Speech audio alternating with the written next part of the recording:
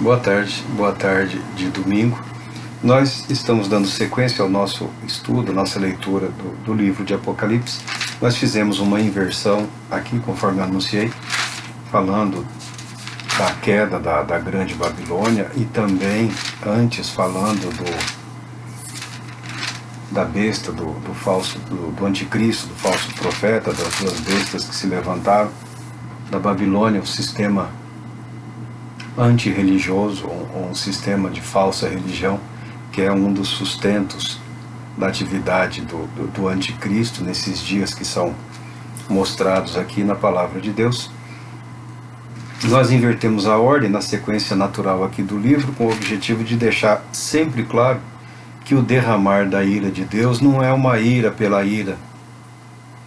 Não há um prazer em Deus em promover essa ruína. Deus está revidando, Jesus Cristo está tomando de volta o que ele conquistou, que é dele por direito, que é o direito de reinar sobre a sua criação totalmente e inteiramente.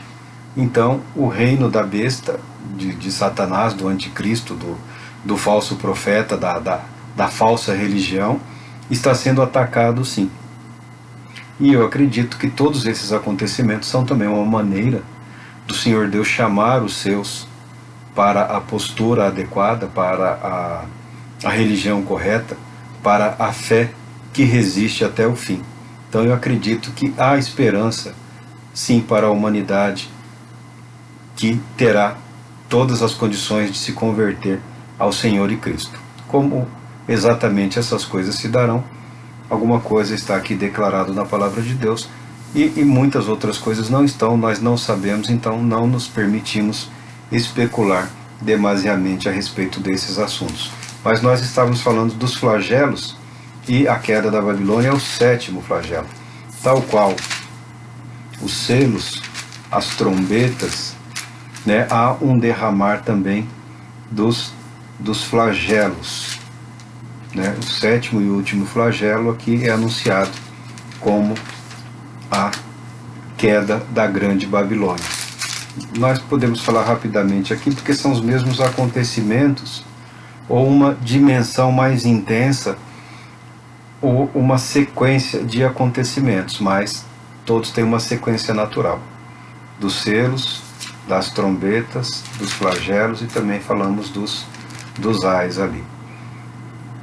No capítulo 15 começa a falar dos 7 flagelos, e no 16 João fala: e aconteceu que ouvi uma forte voz que vinha do santuário e ordenava aos 7 anjos: ide derramai pela terra as 7 taças da ira de Deus.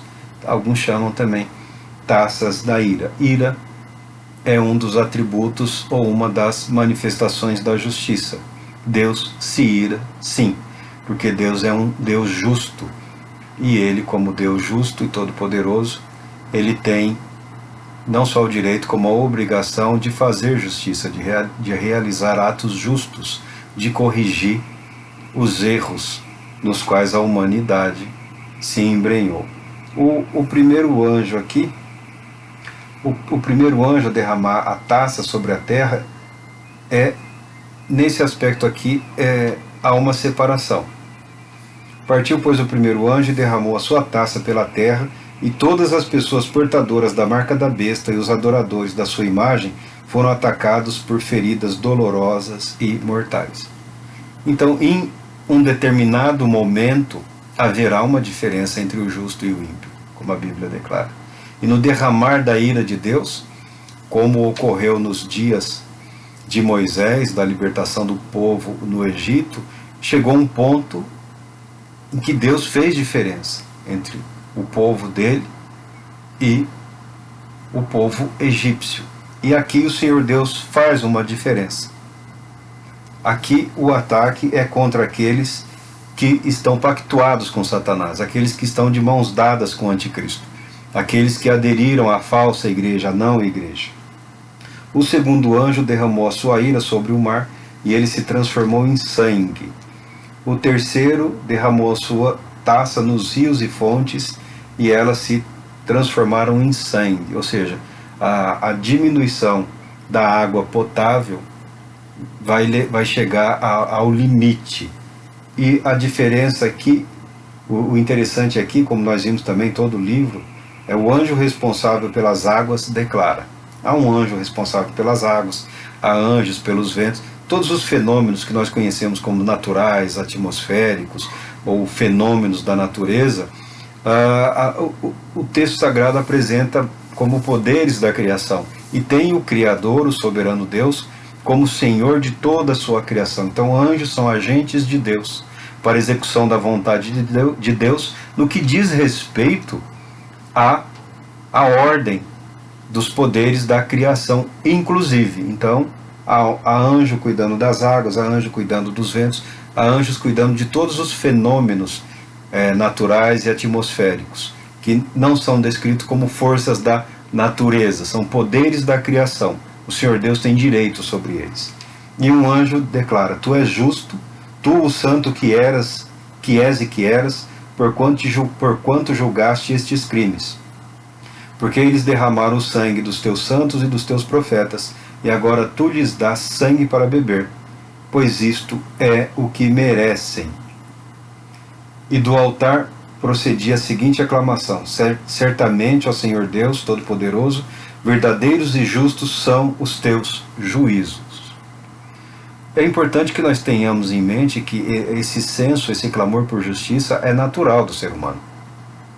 A natureza humana, o ser humano de um modo geral, qualquer lugar desse planeta, as pessoas sentem, entendem como que por instinto, quando estão sofrendo injustiça, quando os governantes, quando os poderosos estão agindo de forma injusta, quando as leis não são justas, as pessoas clamam por justiça. Toda a criação, de certa forma, clama por justiça. Perigoso é quando o indivíduo abandona esse senso de justiça, quando ele abre mão desse critério do que é correto, do que é justo, do que é agradável a Deus, por critérios outros, que tenha o objetivo que não seja de glorificar a Deus e de não fazer com que prevaleça a verdade de Deus. Deus abomina a injustiça, Deus abomina o homicídio, Deus abomina o roubo, Deus abomina toda forma de violência, de crueldade, de maldade.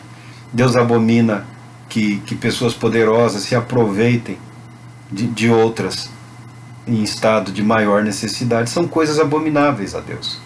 E por outro lado, é agradável a Deus que se promova a justiça. País justo, sociedade justa, leis justas, né, agradam a Deus. E quando nós nos permitirmos abandonar desse critério de justiça, que também existe como que por um instinto no ser humano, é um péssimo sinal, é um mau sinal. Mas aqui, os inimigos do Senhor estão sendo atacados. O quarto flagelo.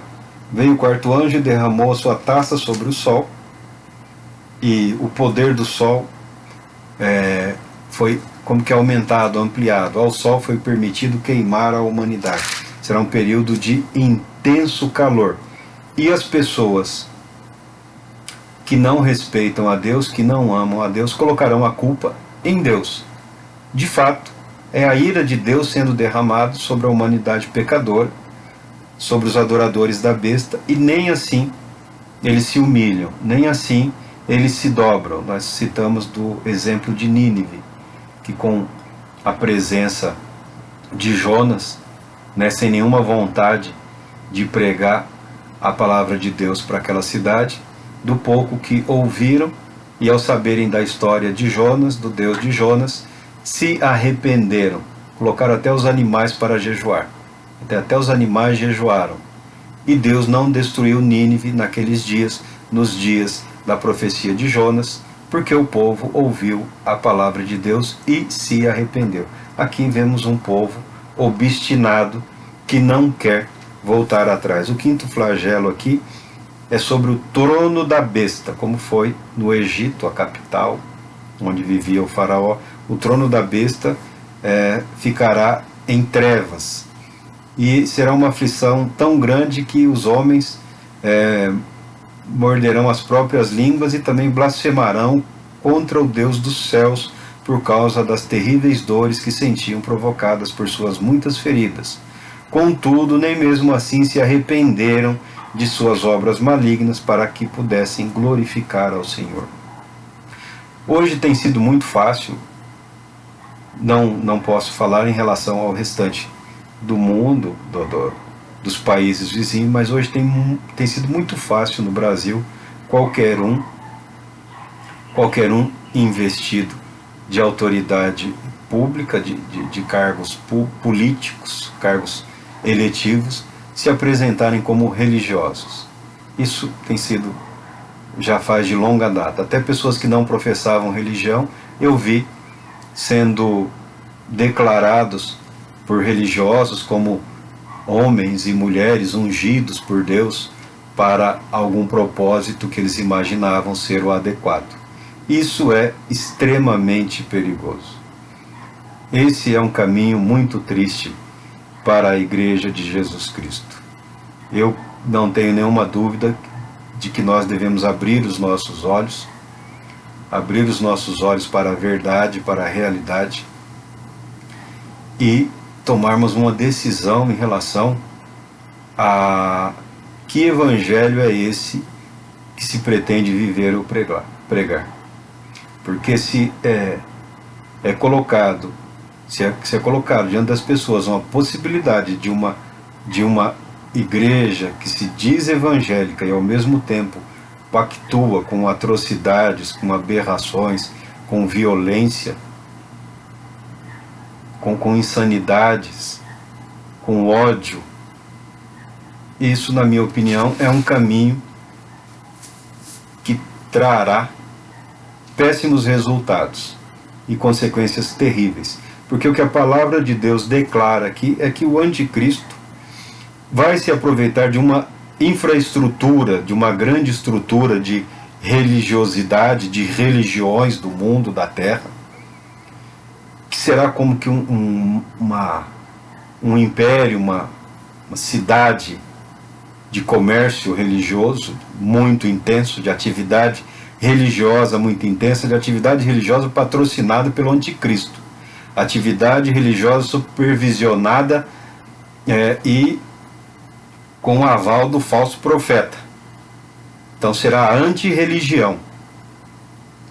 Mas se até mesmo esse sistema que o anticristo vai fundar, vai se aproveitar, ele vai se voltar contra esse sistema que a Bíblia fala aqui, chama de Babilônia. Imagina com relação a essas igrejas hoje, que nem sequer são a plenitude das igrejas do Senhor Jesus Cristo sobre a terra, cuja liderança é altamente questionável em seu caráter, em seus propósitos, né? Que dão de mão muito facilmente, muito rapidamente a homens e mulheres que só falam que são religiosos, né? Ou que participam em períodos específicos de alguma atividade religiosa. Proporcionalmente falando, é o mesmo caminho. É o caminho da corrupção. Quando o apóstolo Paulo fala que o Evangelho é o poder de Deus, o Evangelho é o poder de Deus. O poder de Deus não está no decreto de legislação nenhuma. A lei de Deus está aqui na palavra de Deus, tem tudo aquilo que nós precisamos para a nossa edificação, para o nosso sustento, para a nossa devoção, para o nosso crescimento e para que nós consigamos atingir bons propósitos. Tentar criar um mundo com cara de sociedade religiosa é estupidez, é arrogância. Isso nunca deu certo, isso nunca dará certo. Só traz ódio da sociedade contra a religião, contra a fé. Isso tem sido visto através da história, oportunamente falaremos sobre essas coisas, mas agora vamos seguir aqui com o sexto flagelo. Um anjo derrama a taça sobre o grande rio Eufrates. As águas do rio Eufrates se secam e elas se transformam no caminho para o Oriente, de onde virá um grande exército.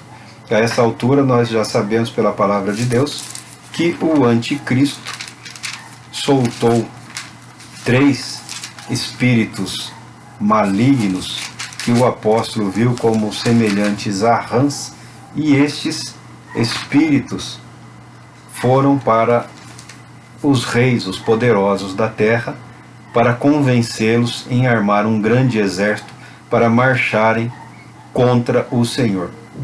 O próprio Satanás sabe da batalha que haverá, ele sabe da derrota certa, mas ele é incorrigível.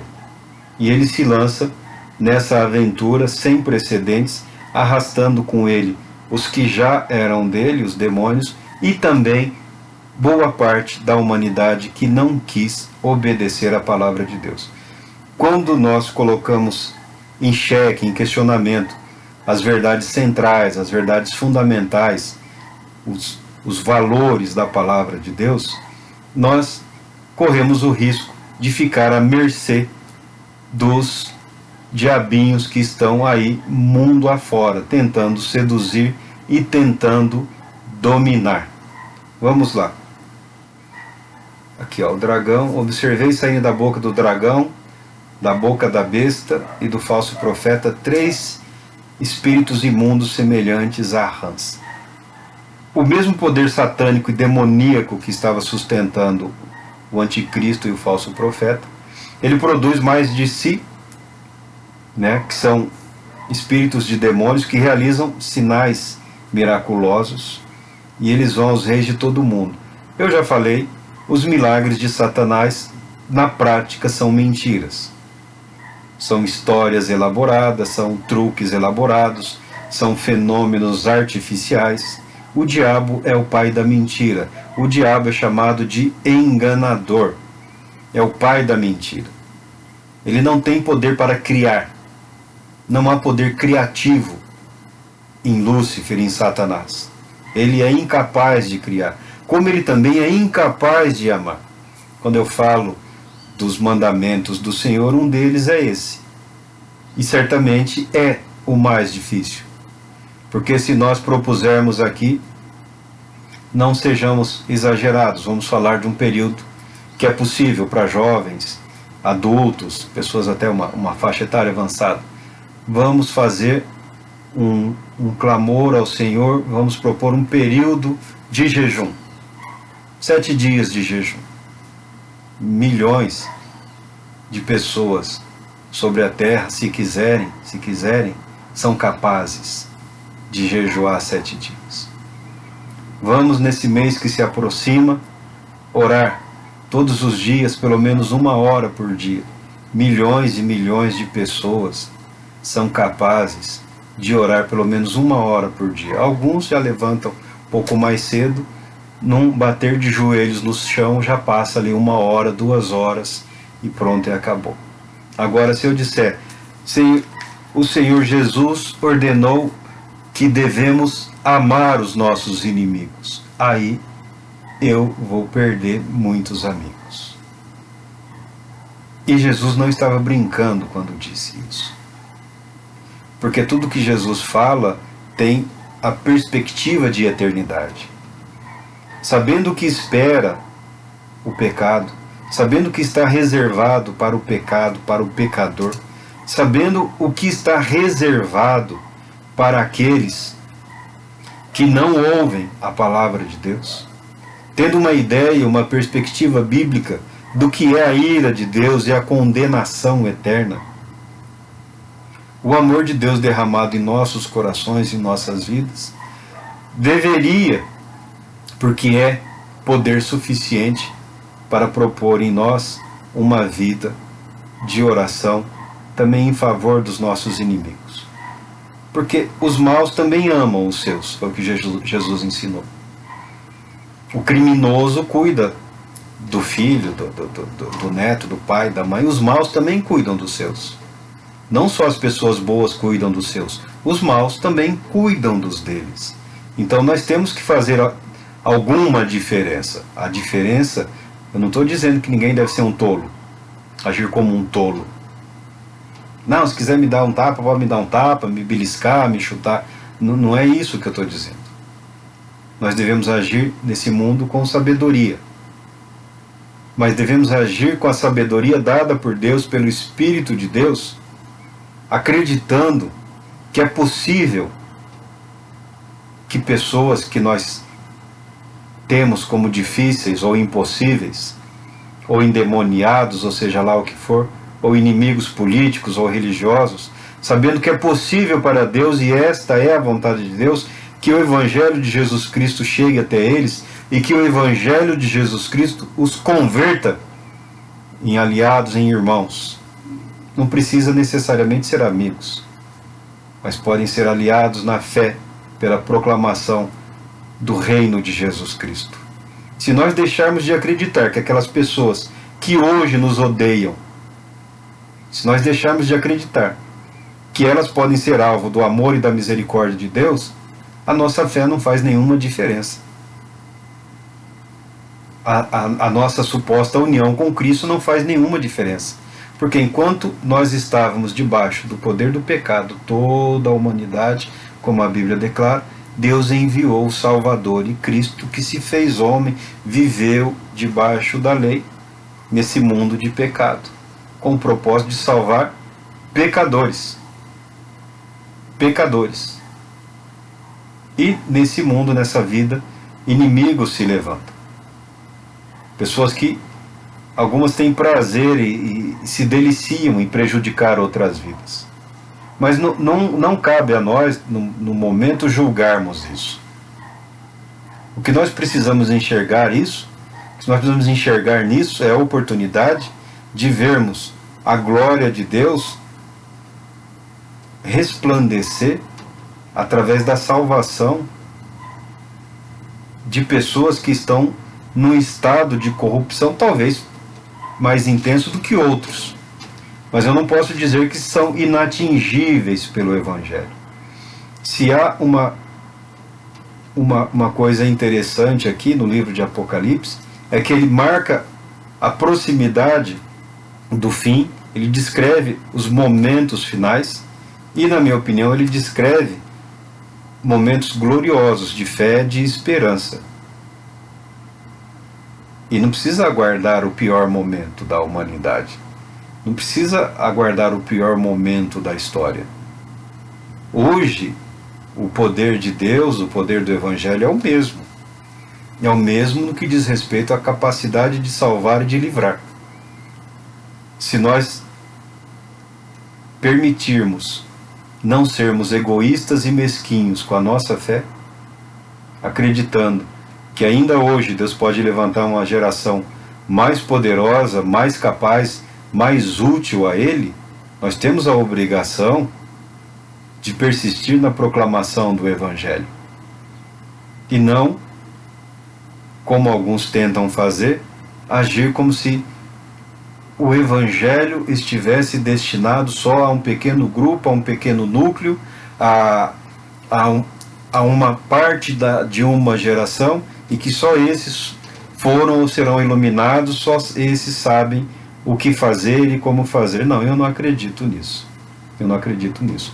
Eu acredito que nós nos tornamos mais fortes e fortalecidos quando vemos outros sendo também ricamente agraciados. O Evangelho não permite egoísmo. O Evangelho não permite esse exercício de falsa santidade. Esse exercício de santidade sem amor ao outro, sem amor ao próximo. Se não há amor ao outro, ainda que não sejam aliados, ainda que sejam inimigos, é um evangelho fraquinho que se está vivendo.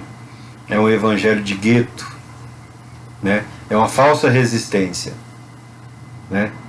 Vivendo escondido nos seus cantinhos, como se não houvesse a chance de que a chama do Espírito, o poder da graça de Deus, possa usar essas pequenas pessoas, esses pequenos grupos, essas situações às vezes extremadas, para glorificar o nome do Senhor. Chegando aqui, vemos aqui a preparação aqui da batalha do Armagedon. Megido é um lugar muito interessante para os judeus, porque muitas batalhas ocorreram lá. Muitas vezes foram vencedores, algumas vezes foram derrotados, mas é basicamente um campo de batalha, uma grande batalha. E quando chegamos no sétimo flagelo aqui, como nós já já anunciamos, ocorre o julgamento da Grande Babilônia. Ela é julgada, ela é exterminada, e os exércitos do anticristo se preparam para uma batalha. Tá? Aí nós chegamos aqui no capítulo 19. Havendo passado esses acontecimentos, ouvi no céu uma voz grave que anunciava: Aleluia! A salvação, a glória e o poder pertencem ao nosso Deus, porquanto verdadeiros e justos são seus juízos. Aí fala aqui: Ele condenou a grande prostituta que corrompia a terra com a sua sedução, e das mãos dela vingou o sangue dos seus servos. Aí João ouve, nós já falamos disso rapidamente, ele ouve algo semelhante ao som de uma grande multidão, como estrondo de muitas águas, e poderosos trovões que bradava: Aleluia, porquanto o Senhor nosso Deus, o Todo-Poderoso, já reina. Alegremo-nos, exultemos e demos glória a Ele, porque chegou a hora das bodas do Cordeiro, e sua noiva já está preparada. A hora das bodas é descrita aqui como a vinda do nosso Senhor e Cristo. O anjo manda João providenciar, escreve: bem-aventurados que são chamados ao banquete das núpcias do Cordeiro. Estas são as exatas palavras de Deus. Bem-aventurados, bem-aventurados, felizes, felizes, felizes. Eu sou um dos que acredita que é possível ser feliz, muito feliz nessa terra, nessa vida, nesse mundo. E Deus nos concede dia após dia muitos motivos para nos alegrarmos, apesar de toda e qualquer aflição e dor. Mas feliz, feliz mesmo, bem-aventurado, como a palavra de Deus declara, é todo aquele, toda aquela que foi chamado para as núpcias, para o banquete das bodas do Cordeiro. João ficou tão impressionado quando viu esse anjo e com as palavras desse anjo, que ele se jogou aos pés num gesto de adoração, e ele foi rapidamente repreendido. Olha, não faças isso, sou conservo teu e de teus irmãos, os que têm o testemunho de Jesus. Adora a Deus, porquanto o testemunho de Jesus é a essência da profecia. Por isso eu amo Apocalipse. Por isso eu amo Apocalipse. Apocalipse é o livro em que tudo que você aprende sobre os dons, sobre revelação, sobre o Espírito Santo, sobre Jesus Cristo, sobre a vontade de Deus, ele tem o propósito de formar em nós um caráter cristão. E o testemunho de Jesus é a essência da profecia. Se não glorifica o bom nome do nosso Senhor Jesus Cristo, não é profecia. Pode até acontecer, mas não é profecia, não é palavra de Deus. Não está de acordo com o propósito de Deus, não está dentro do plano de Deus para a salvação. Nisso muitas pessoas são enganadas. Não estão buscando profecias, estão buscando respostas, e às vezes resposta que as permitam burlar a palavra de Deus. Sabe que não pode, sabe que não deve, sabe que é pecado, sabe que não vai trazer bons resultados, sabe que as consequências serão terríveis, mas sempre estão tentando o Senhor e Deus, e provocando os que conhecem a palavra de Deus e os que têm a responsabilidade de ensinar a palavra de Deus, sempre estão provocando para ver se consegue uma desculpa para não obedecer. Por isso os pastores, os ministros do Evangelho, servos de Deus, sempre têm que permanecer fiéis às verdades básicas, simples e fundamentais. Aí a pessoa fala: mas e o meu caso? O seu caso é a maneira através da qual você está vivendo uma circunstância em que você está sendo impedido por Deus de pecar. Essa história, cada caso é um caso, é o mesmo que dizer que é a mesma coisa. Se é a mesma coisa, é o mesmo pecado. E se Deus disse não, Ele não vai mudar de ideia. Né? Não, ninguém pode. Mas você é especial. É isso que algumas pessoas querem entender como especiais. Permissão para burlar a verdade, a palavra de Deus. Não, mas a pessoa se acha diferente, se insinua diferente e vive de modo diferente e caminha para longe do Senhor Jesus Cristo. E como o próprio Lúcifer, às vezes acaba arrastando um bom tanto com eles, porque amam a mentira. Eu não sou propriamente um perfeccionista, não acredito nessas besteiras. Eu não acredito em perfeição nessa vida. Eu não considero sequer a expectativa, a possibilidade de perfeição nessa vida afronta o nosso conhecimento da humanidade e da palavra de Deus. Às vezes, como no caso de Moisés, perfeição em relação a um propósito. Como no caso de Abraão, perfeição em relação a um propósito. Mas em todas essas vidas nós vemos falhas, erros, pecados. Então, até eles, quando tiveram dúvidas, questionamento, erraram. Mas quando a Bíblia os trata como perfeitos, é perfeição em relação ao propósito para o qual eles foram especialmente chamados, vocacionados por Deus, para um trabalho, para uma obra, para um testemunho específico. Não se espera que as pessoas atinjam, de qualquer forma, algum nível de perfeição. Muito pelo contrário, conforme você aumenta conhecimento, você aumenta dores, tristezas, a intensidade do sofrimento das pessoas que têm um conhecimento maior acaba se intensificando, porque quanto mais luz é lançada sobre a vida da pessoa, melhor ela enxerga o que ocorre à sua volta e melhor enxerga em todos os aspectos, né?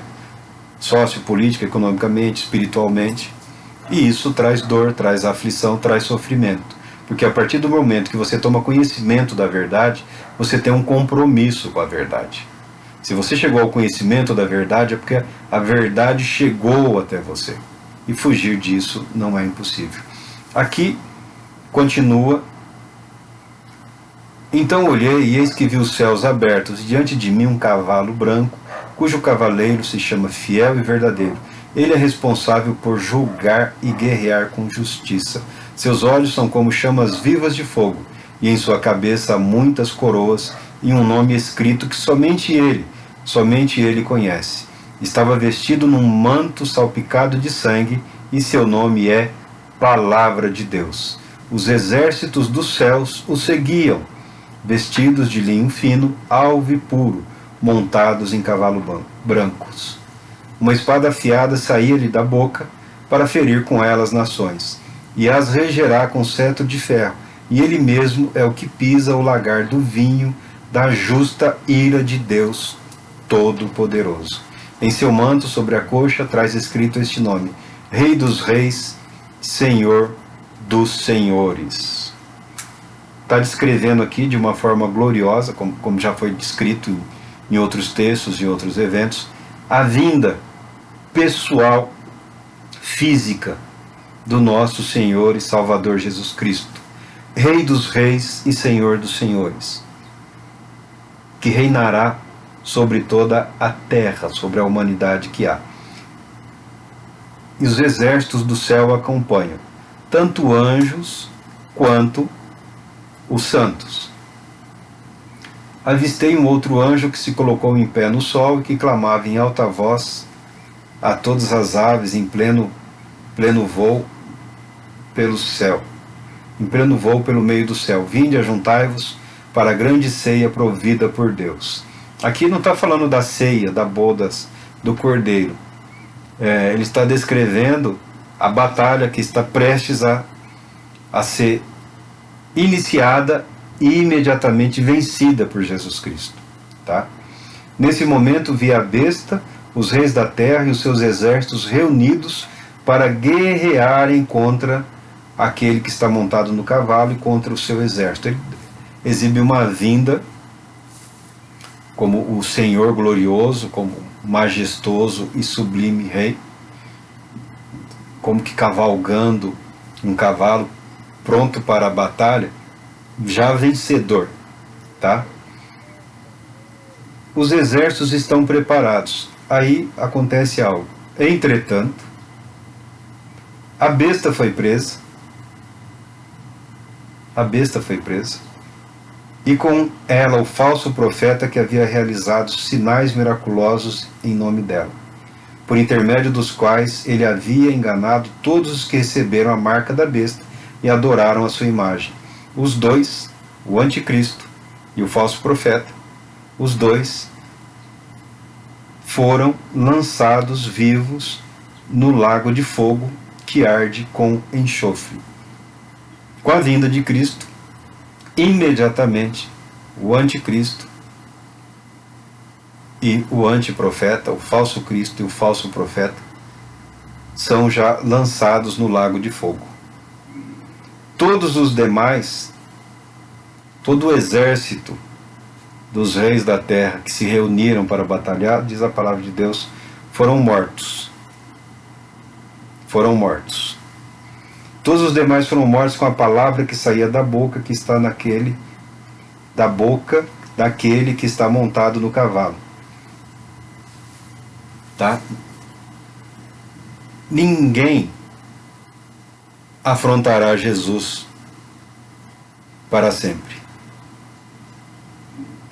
As afrontas que o Senhor tem tolerado, os insultos que o Senhor tem suportado, a suposta demora no seu retorno é motivado pelo seu imenso amor e misericórdia, bondade para com a humanidade pecadora, desejando que sejam salvos. Mas haverá o dia do basta. Haverá o dia do acabou. Quando ninguém precisará falar quem que manda aqui, quem que reina aqui, quem governa aqui. Todos saberão que é Jesus Cristo. Nisso observei que desceu dos céus um anjo com a chave do abismo e uma grande corrente em sua mão. Ele prendeu o dragão, a antiga serpente, que é o diabo, Satanás, e o amarrou por 1000 anos. 1000 anos. Aqui eu estou junto com todos aqueles que acreditam que esse período é literal. Esse período é literal. Um longo período de 1000 anos em que Satanás será impedido de atuar contra a humanidade. Jesus Cristo estabelece o seu reinado sem nenhuma possibilidade de oposição.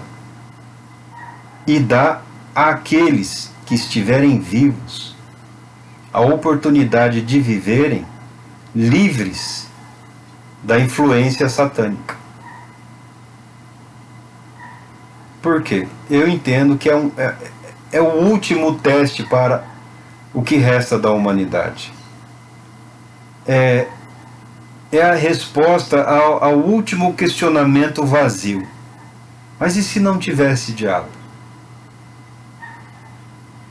Então haverá um período em que o inimigo de Deus e da humanidade será impedido de agir. A falsa religião foi completamente destruída. O falso Cristo foi destruído, o falso profeta foi destruído. Entendemos que com isso a palavra de Deus declara que todas as falsas religiões foram destruídas. Todos os falsos cristos foram destruídos e todos os falsos profetas. Porque você tem o auge, você tem o apogeu, mas há sempre um séquito, há sempre um grupo que aguardou, que esperou e que lucrou com o estabelecimento do reinado do anticristo. Aí João continua aqui. Lançou-o no abismo, o Satanás, onde o fechou e pôs um selo sobre ele, para que não enganasse mais as nações até que os 1000 anos se completassem. Depois disso é necessário... Tá, vamos chegar lá. Olhei e vi alguns tronos, e foi entregue o poder de julgar aos que neles se assentaram. E vi almas dos que foram degolados por causa do testemunho de Jesus e da palavra de Deus, os que não adoraram a besta, nem tampouco a sua imagem, e não receberam sinal na testa, nem nas mãos. Eles reviveram e reinaram com Cristo por 1000 anos. Vi almas, os mártires, os santos, as multidões que morreram em Cristo, que morreram na fé, que já estavam com Cristo nos céus, com o Senhor nos céus. Ocorre aqui a primeira ressurreição. E nessa primeira ressurreição, aí sim, o texto aqui não fala, mas nós vimos no ensinos do apóstolo Paulo que nós os que estivermos vivos, quando Cristo aqui estiver para reinar, não precederemos os que dormem. Primeiro eles serão ressuscitados, seus corpos serão ressuscitados, eles vão se unir aos seus corpos ressuscitados e glorificados e reinarão com Cristo por 1000 anos. E nós, os que estivermos vivos, seremos o quê? Arrebatados para o Senhor e seremos transformados. O arrebatamento em Apocalipse significa um evento único. A vinda de Cristo é um único evento, não tem 2 etapas, 3 etapas, não. A vinda é um evento único, solene, final. Aí eu lamento discordar, e não sou eu, não estou discordando por discordar, tá? Você pega aí todos os ensinadores, a imensa maioria dos mestres cristãos, todos creem sim nesse, nem todos creem nesse arrebatamento, mas todos os que creem no arrebatamento em si, será dos que estiverem vivos para serem transformados e juntos com os que ressuscitaram, reinaremos com Cristo. A questão da bodas, da festa, da alegria, a perspectiva é de uma duração eterna, porque nós estaremos para sempre com Cristo. E Cristo estará onde? Reinando aqui na terra. Reinando aqui na terra. Os céus desceram à terra. A vida veio até os que estavam mortos. A vida passa a reinar sobre os homens. Entretanto, fala que eles reviveram e reinaram com Cristo durante 1000 anos. Entretanto, os demais mortos não reviveram, não ressuscitaram, até que se completassem os 1000 anos. Depois de 1000 anos, aí é que os que não estavam em Cristo, os que não eram herdeiros da fé, da salvação, serão ressuscitados para o julgamento, para o juízo final. A questão do juízo de obras, ocorre tudo num só evento aqui. Cristo vem, os mortos em Cristo ressuscitam, os que estiverem vivos são arrebatados, ou seja, num só movimento, pelos anjos de Deus, trazidos até Cristo, recebendo imediatamente corpos glorificados, corpos transformados, compatíveis com a vida eterna, compatíveis com a comunhão eterna. A eternidade pode abranger vários períodos, e esse primeiro período de 1000 anos aqui, há uma multidão de salvos com Cristo, enquanto Cristo reina sobre a terra. Os profetas falaram sobre esse período, tá? Quando estivermos estudando os profetas, lendo os profetas, eles falarão desse período. de paz verdadeira, de prosperidade, de longevidade. A humanidade voltará a viver, a Bíblia declara que morrer com 100 anos morrerá jovem. Então haverá muita gente ainda viva, muita gente viva que não recebeu a marca da besta, que não era seguidor do anticristo, do falso profeta, tá? E essas pessoas continuarão vivas, continuará uma humanidade. Esse período de transição de 1000 anos é que dá um nó na cabeça de muita gente, né? É que dá assim gera alguma dúvida, alguma complexidade. E eu não vejo nenhum obstáculo, eu não vejo nenhum problema. Porque eu falo, a maioria desses intérpretes que não aceitam o que a Bíblia fala sobre o milênio, sobre Cristo reinando com os santos, reinando sobre uma humanidade, sobre a humanidade viva, como humanidade como nós conhecemos agora, mas sem o poder do pecado, sem o diabo agindo, sem os demônios agindo.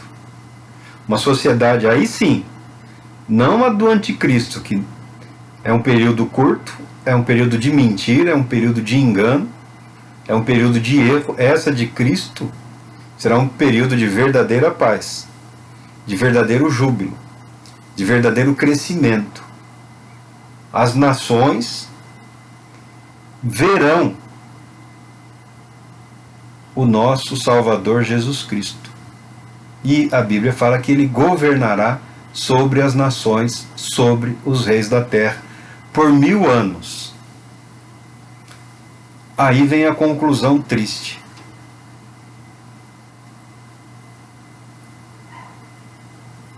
A culpa não é só do diabo. O ser humano traz consigo uma natureza pecaminosa. E a despeito de toda a bondade de Deus, de toda a justiça de Deus, de todo o amor de Deus, a humanidade que permaneceu sobre a terra, na vida como nós a entendemos hoje, mas sem o diabo, sem os demônios, sem a injustiça, uma vida de governo justo, santo e amoroso, em que as pessoas viverão muito, como era no início. A Bíblia declara, quando se completarem os 1000 anos, Satanás será solto da prisão. E uma vez solto da prisão, a Bíblia declara que ele, de novo, ele vai seduzir as nações dos 4 cantos da terra, e diz aqui de Gog a Magog, cujo número é como a areia do mar, a fim de ajuntá-las para a grande guerra. De novo, ele se viu derrotado e frustrado no Armagedon, 1000 anos preso, mas a índole do anticristo não me assusta. O que deixa evidente aqui é a má índole da humanidade, que apesar de governada por Cristo, ainda se deixará seduzir pelo maligno, ainda se deixará seduzir por Satanás. Aqui, ó. Então as nações marcharam por toda a superfície da terra e cercaram o acampamento dos santos, a cidade amada. Todavia um fogo desceu do céu e as devorou. Esses eventos, o diabo que as enganava, foi lançado, agora sim, ele é lançado no lago de fogo, que arde com enxofre, onde já haviam sido confinados a besta e o falso profeta. A besta, o anticristo aqui. Eles serão atormentados dia e noite pelos séculos dos séculos, ou seja, por toda a eternidade. Em seguida observei um grande trono branco, e o que estava sentado sobre ele, e a terra e o céu fugiram da sua presença, e não foi achado lugar para eles. Vi também os mortos, grandes e pequenos, em pé diante do trono, e alguns livros foram abertos. Então se abriu-se um outro livro. É uma visão, tá? Aí João vê o livro da vida, o livro, o rol. Todos os povos fazem censo e registram os seus cidadãos. Os romanos tinham um registro. É um povo muito burocrático, de todos os cidadãos romanos. Há um paralelo aqui, o chamado Livro da Vida, em que está registrado o nome de todos aqueles aqui, ó. Então abriu-se outro livro, o Livro da Vida, e os mortos foram julgados pelas observações que estavam registradas nos livros de acordo com as suas obras. O julgamento final, o grande trono branco, é um julgamento pelas obras. O mar entregou seus mortos, a terra entregou seus mortos, né? E aquele cujo nome não foi encontrado escrito no livro da vida foi lançado no lago de fogo. Tá? Desse julgamento ninguém escapará. Desse julgamento. Desse julgamento é sinônimo de condenação eterna. É uma maneira de deixar claro na mente dos cristãos que não haverá desculpas. Não há desculpa. Não há pretexto. Essa turma, mas eu fiz isso, eu fiz aquilo, no passado, no futuro. Abandona essa ideia, abandona as obras e troca isso por vida. Troca obras por vida, passa a viver, passa a fazer porque ama o seu Senhor e Deus. Passa a fazer porque essa é a motivação dos seus atos, da sua vida e do seu ser. Viva, aprenda a viver, não é tarde, não interessa qual é a sua idade. Para de ficar fazendo tabelinha de certo e errado. Hoje eu fiz isso certo, eu errei, tá, e vai ter um saldo. Não cai nessa cilada, não cai nessa armadilha. A cada começo de dia peça graça, sabedoria, poder de Deus. E a cada fim de dia peça perdão pelos erros, pelos pecados, tá? Porque nós erramos, nós falhamos. Então não adianta tentar ficar como ninguém vai enganar a Deus. Tudo será exposto. Mas eu acredito que alguns que imaginam estar em Cristo só vão conhecer isso. Porque só estão satisfeitos em imaginar, né? Estão satisfeitos em acreditar por alguma razão, 3, 4, 5 pontos, 7 motivos, né? 13 exercícios espirituais ou qualquer coisa assim, mas cujas vidas não expressam o novo nascimento, a obra regeneradora do Espírito Santo. Um mau cristão, se é que essa palavra existe, está infinitamente em melhores condições diante de Deus do que um bom pecador, um bom ímpio. Ainda que sejamos cristãos com as nossas limitações, renascidos, regenerados, isso nos garante uma posição de alegria e felicidade eterna. Então, cuidado com a cilada das obras e obras e obras e mais obras. E aqui, essa parte se encerra antes de falar do novo céu e da nova terra e do rio de água da vida. Mas, como nós falamos já em questão de marcar ponto, marcar posição, não estou sozinho nesse pensamento, tá? Acreditamos no arrebatamento, que aqueles que estivermos vivos quando da vinda do Senhor Jesus, seremos arrebatados. Logo em seguida, a ressurreição dos que tiverem morrido. Os que morreram em Cristo ressuscitarão primeiro, depois nós, os que estivermos vivos, seremos arrebatados para reinarmos com o Senhor e para nos alegrarmos em Cristo pela eternidade. Essa ideia amplamente, não é tão amplamente, mas é muito divulgada, né? Não é amplamente aceita, mas é amplamente divulgada, de que os cristãos serão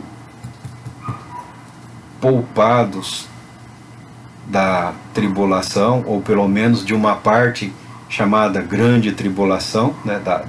De um período mais intenso, serão poupados através do arrebatamento, eu não consigo concordar com isso.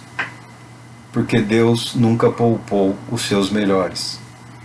Jesus Cristo não poupou os seus melhores.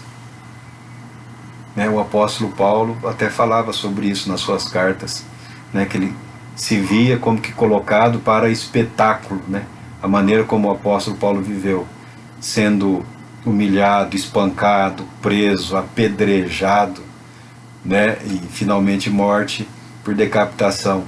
O apóstolo Pedro e outros, mesma coisa, presos, perseguidos, e morte por crucificação. Pedro, André e todos os outros, talvez exceto João, que teve aparentemente uma morte por velhice, todos sofreram morte violenta. Centenas e milhares de discípulos, de cristãos, sofreram morte violenta. Eu não quero que você tenha morte violenta. Eu não quero que você sofra. Não é isso. Não é isso. Eu não estou torcendo pela desgraça, pelo sofrimento de ninguém. Eu estou dizendo que nós em Cristo, conforme amadurecemos, nos tornamos incompatíveis com esse mundo. Esse mundo não nos agrada. Não estou falando da paisagem, não estou falando das árvores, não estou falando dos animais. Sistema político, econômico, todos eles, não tem nenhum, esse é melhor do que aquele. Bom, isso você imagina. Porque tanto no Brasil quanto em qualquer outro país do mundo, o que sustenta os poderosos, os reis da terra, é o fato de que homens e mulheres aos milhões, todos os dias antes do sol nascer, levantam, tomam um cafezinho e trabalham o dia inteiro, acreditando num futuro melhor. São milhões e milhões trabalhando. Milhões e milhões de homens e mulheres todos os dias. E no mundo de hoje, trabalha-se dia e noite. Porque esse tal de sistema político, econômico, ou esse culto à prosperidade é um monstro insaciável. Trabalha-se dia e noite. Sexta, sábado, domingo, feriado. Todo dia, a maior parte da humanidade, dia e noite, trabalha, produz, acredita, espera, aguarda, confia em Deus. E uma minoria se delicia com o fruto de tanto trabalho. E cada qual em seu quarteirão do planeta diz que é o melhor sistema político e econômico que já foi criado. Então é a mesma mentira contada em todos os lugares. É o mesmo mundão dominado, sim, pelo maligno. É um mundo injusto, é um mundo cruel, é um mundo tirano, é um mundo insano.